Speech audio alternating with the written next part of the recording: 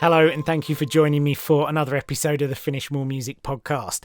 So in this episode, I'm going to share some reflections that have come up as the result of a number of conversations that I've been having over the last few months with DJs and producers in the industry, members in Team FMM, people in my mastermind group, my community, and they're things that I think are really impactful but would easily be forgotten. And this all came off of the back of episode number 150, where I was sharing my reflections about the previous year and a lot of the challenges and difficulties that I'd faced in the year and the lessons I'd learned that were helping me to grow and helping me to progress, and really sharing them with everybody so that those that resonated with some of them could take them on board themselves and didn't necessarily have to go through some of the aggravation that I'd got in order to figure these things out. And it all centered around this amazing little equation from the billionaire Ray Dalio, who says pain plus reflection equals progress. And it's such a great thing to keep in mind. Pain plus reflection equals progress. And the particular pain that I'd started to think about, not so much entirely my own, but just in our industry, after that podcast episode was, you know what, over the last few years, we've had the lockdowns, we've had the pandemic, and the industry's got shaken up a bit. And there's been difficulty and there's been pain for people. And as that was flying around in my head, so it was coming up in these conversations that I'd had. And I noticed that we kept coming to some recurring themes. And there were three in particular that stuck out to me. And it's my belief that, number one, if people aren't reflecting, if we're not hearing this stuff, no one's going to make the progress. But number two, these things can easily be forgotten. And I think it would be foolish to forget and foolish to regress back to where we were before this, because some really great things have come along with all of the bundle of difficulties and challenges, and some great things that if we hold on to them, they'll serve us well in our own individual journeys, but also they'll help us to empower, to lift up, and to contribute to the success of others. So these three things, the first one that came up a lot when we were talking is this idea of what I would class as the DIY mentality. So obviously all the clubs started to shut, all the venues where DJs would be able to perform. The core of our industry, the heartbeat, the thing that got most people into the game, those moments where you get out, you connect with people, the DJs are playing, you hear fresh music, you've got the sound system, it's just the family vibe that certainly the underground electronic music scene has been built on. And that's gone all of a sudden, that's swept away for a while. And of course, there's a initial reaction of disappointment, there's people concerned about their income, the DJs and so on. People can't get out clubbing, this thing's been taken away. But it was amazing to see the resilience and the resourcefulness of people to say, okay, so what are the things that we can be doing instead right now? And one of the things that of course happened was that streaming exploded, all these like live DJ sets, and you get to see DJs that maybe you'd only see once, twice a year if they come to your town or your country, if you're someone who's prepared to travel quite some distance. Now we could often see people playing weekly.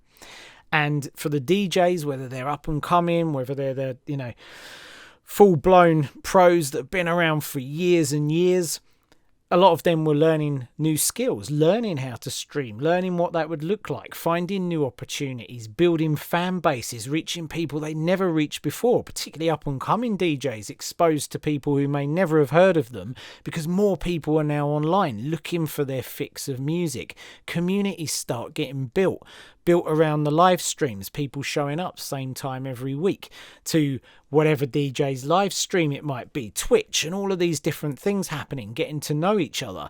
It created amazing opportunities for producers to get their music played more than ever before.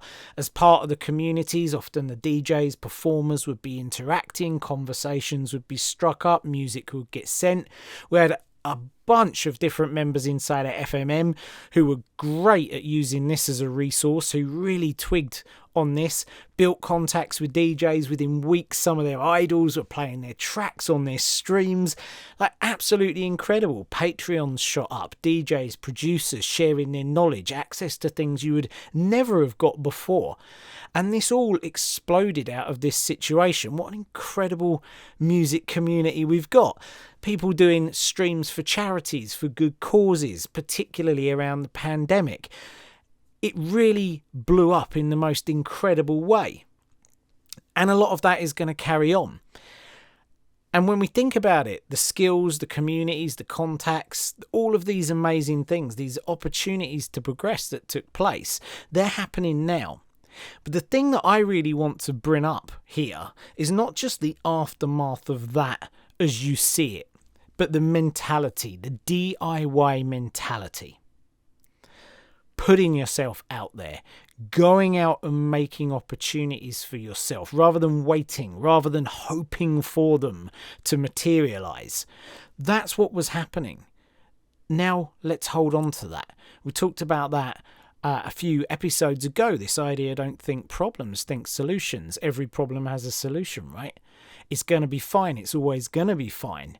Looking for these opportunities, looking to get out there, holding on to that mentality. Why is it that just when there's adversity, people respond like that? What about constantly looking to make your own opportunities, to make it happen for yourself? Imagine what could be possible for you if you continued to look at the world in that way, as a sea of beautiful opportunities to help you reach your version of success. And this cropped up a lot in the conversations, the resourcefulness, the resilience, and all of the things that people had learned, and now looking at other avenues that they can explore as a result of it, and holding on to that way of thinking. Now, of course, the other thing that cropped up, which runs through this, and it was beautiful to see on so many different levels, was what I'd call the focus on the greater good. Lots of people got out of their own bubbles that we all live in, right? We all float around in our bubbles and our versions of reality as though they are the truth. And sometimes we're just not really looking at other people that we might be able to help, we might be able to support, often not seeing a picture much beyond our own bubble. And of course, we were then in a situation where this sense of chipping in and helping each other to succeed, this solidarity came through, which was absolutely wonderful, both in the music industry and in life in general. People like looking out for their neighbours, looking out for elderly people, getting on the phone to see how people could help, local businesses figuring out how they could help the community figuring out how they could help local businesses. There was this sense of being in it together that was absolutely fantastic. Recorded a podcast on this, which at first view, if you haven't heard it before, it's episode 49, called Pandemic. Are you part of the problem or part of the solution? At first glance, you might think, well, that's gone. Don't worry about it. I would recommend, if you haven't checked it out, give it a listen, because it's not so much about that specific, incident and moment in time. What it is about is the attitude, and some people moaned and grumbled and complained their way through it and had a sense of self-entitlement and a selfishness that we see all the time, and it always goes on, and they carried that on. But a great many people took that waste of energy, let's put it, and they actually channeled that. They said, no, I'm not going to complain. There was the initial, of course, damn, everyone was rocked by this. But a lot of people bounced back quickly and said, I'm not going to spend my energy there. I'm going to spend it on helping other people. And in this same way as holding on to the DIY idea, don't wait around for other people to make things happen, make them happen for yourself. That mentality, it strikes me that we really could benefit one another and society by holding on to this higher level of awareness, of doing things for the benefit of other people, having those sideways glances. Who can I help up the ladder? What do I know that can serve someone else? What's the little gesture that I can do to brighten up somebody's day? And I think now more than ever, we've been given this sense that our actions really do impact the world around us. Positive actions and negative actions. And we see it all the time on social media. The algorithms, the way that polarizing views are pushed and people are only shown things in one extreme, and they get sucked more and more into that way of believing and thinking that anyone who believes something else is bad and an idiot and all of these different problems. And someone described it in the community. I think the cesspit of humanity was a description for Twitter, which you'll know if you're a long-term listener to the show. I'm no fan of that platform. I think it really does provide an opportunity for the worst of people to come out, and unfortunately a lot of people do get sucked into it. With more and more of that going on and more division happening as a cause of these algorithms, be it Google or be it any of the social media platforms, us holding on to this higher awareness of the impact that we can have and the benefit to society, it strikes me it's more important than ever. And it's up to us to move this forward, not just in our industry, in our little world, but holistically for everyone, as more we can. And I'll just bring this back to music for a second, because one of the things that a lot of people do is they have their music and they won't share it with the world. And maybe you can relate to this. Oh, God, I'm fearful of what people will think of me, how I'll be perceived, how I'll be judged. And this might seem really hard-hitting and harsh, but if that's you, that's really selfish.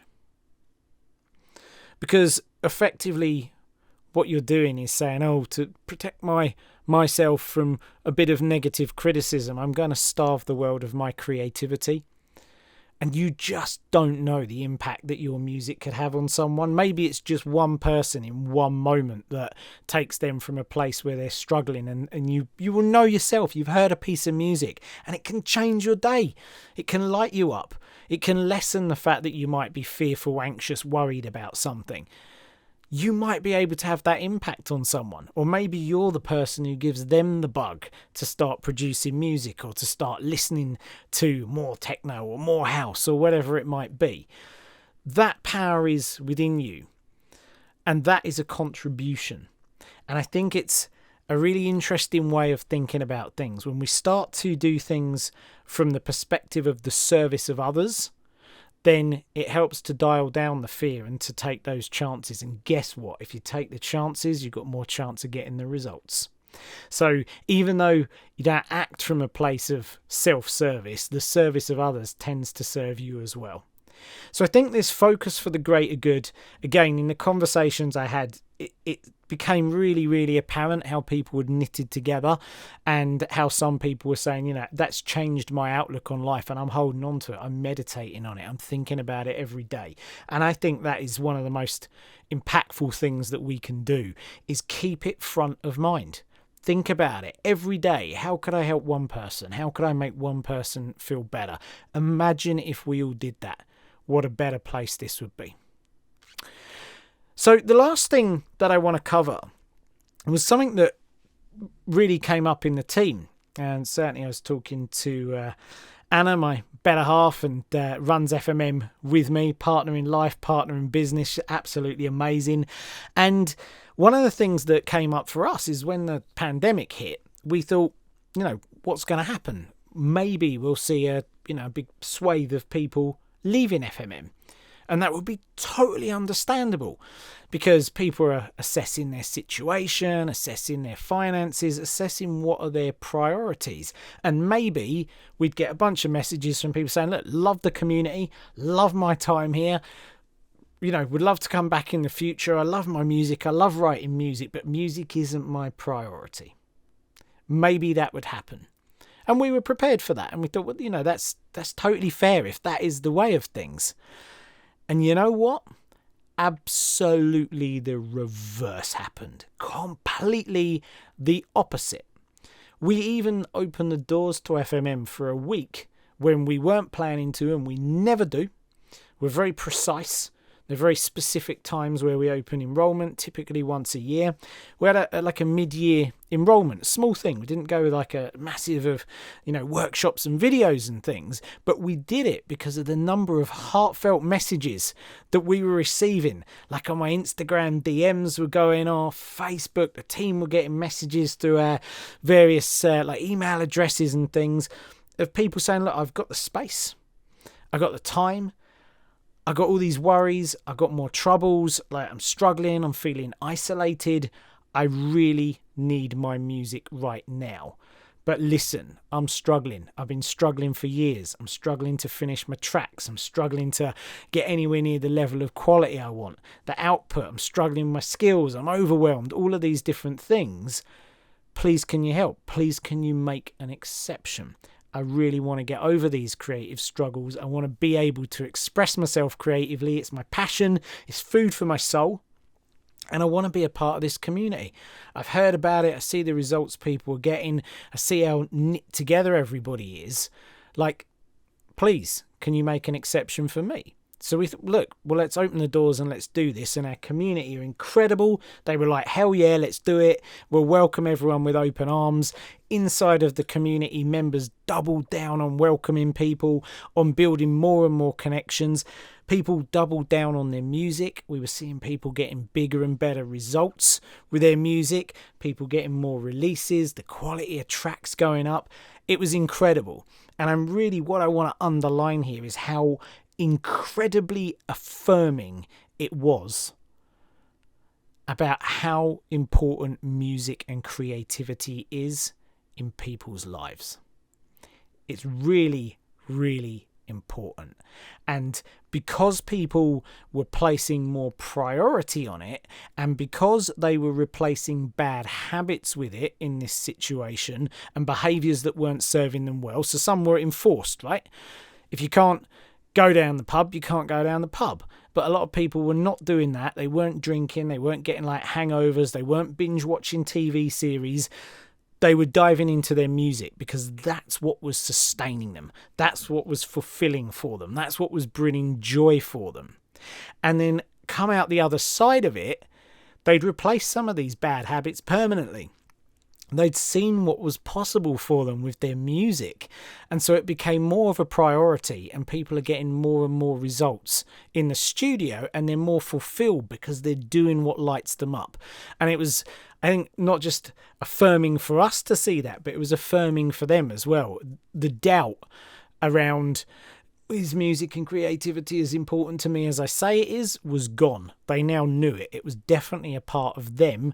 And as a result, they're living lives that are full of more joy, more productivity. They're much more lit up with the certainty of where they're going. Because if you know that's who you are and you know that's what you want to do, you're going to lean more into it. And if you can see where the bad habits weren't serving you well, it's coming to your awareness, you're going to replace that. And so that for me was phenomenal to see. And particularly to see the results people were getting and the connections and the bonding that were happening, not just in our community, but externally online as well. And maybe you've benefited from that yourself. Maybe you were jumping on Zoom calls, connecting with people you've never connected with before. So the three things that really came out, and there were more, but I'll leave it with these three, with a do-it-yourself mentality. Make things happen. Go out there and make it happen. There were loads and loads of opportunities, and there's tons and tons of stuff that can be done online. But now, of course, you can take that mindset into the realms of being in the clubs, being in person, meeting more people. The focus on the greater good and the benefit and the impact that we really can have on society. And then, of course, this clarity around how much of a priority music and creativity really are for people. Massive impact in people's lives. If you're a creative, and I'm sure you are, or you wouldn't be listening to this, you have that power. You can create a never-ending, limitless stream of music that can positively impact people's lives, and you can contribute to people with the knowledge that you are acquiring whilst you're doing it. You really do have a possibility. I don't know if it was Gandhi, I'm probably going to butcher this, but said something along the lines of people who think that People who think they're too small to have an impact in the world should try sleeping with a mosquito in the room. It was something like that, kind of paraphrasing it. You really, really do have that opportunity and that impact. And I think we owe it to ourselves. We'd be doing this world a disservice if we didn't meditate and hold on to these reflections, because they do give us the opportunity to be, do and have more ourselves and to serve other people more. So they're my reflections. Did you have any? What came out of the situation for you? What ways have you grown in your way of being and thinking and behaving? I'd love to hear from you. At I am Keith Mills, ping me a DM on Instagram. I promise you I will read it, and I promise you I will get back to it as well. Show notes, finishmoremusic.com/160. Do stay safe. I hope something resonated for you in today's episode, and I'll catch you next time out.